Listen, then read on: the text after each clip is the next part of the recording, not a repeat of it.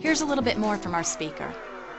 I don't know very many 22-year-olds who are going to wake up and take themselves to a church building, but I do know that they're very willing to talk with me about the things that they're reading and I'm reading, the movies that I'm seeing and they're seeing, and the ways that our lives interact.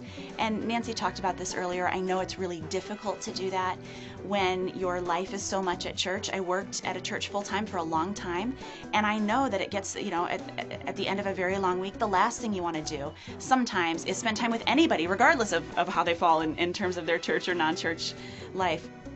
And now I'm a mostly stay-at-home mom and stay-at-home writer, and I mean, I go days without seeing anybody except my husband and my baby, and it's hard to even maintain regular relationships. But I think when we do that work, like Dan said, like Nancy said, there are some of the most satisfying, rewarding relationships. And not only do they help the people whose lives we're hoping to help reframe, at least kind of undo some of that damage.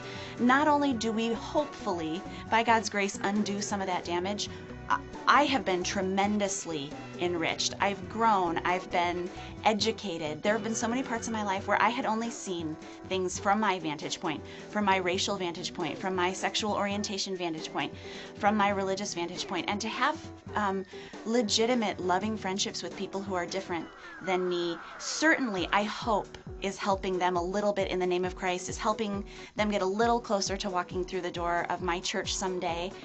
I know whether or not it's helping them, it's certainly helping me. And I think, last thought, most people who I know who are between 18 and 30, many of them, let's say they're either in college or just out of college. They don't live in the same town as their parents. They're getting their first jobs, having some of their first very serious relationships, making their first big financial decisions, and they are crying out for people who are older than they are to walk with them in a loving way. Not necessarily a spiritual way, but as a parent or an aunt or an uncle would, as a friend, as a guide. And I just read a book that absolutely, it was called Pledged, and it was about life on a college campus, and I cried all the way through it and said, we need to help. If this is what college is like, I was in college not that long ago. If this is what it's like for some young people, they need our help. They need our relationships. They need to know that we're listening, that we'll walk with them. And so regardless of how old you are or where you live, if it seems like 18 to 30-year-olds right now, they look really different, they act really different, they listen to really different music, I would imagine that under what seems like a lot of very significant differences, they would like to walk through life with someone who's been there before.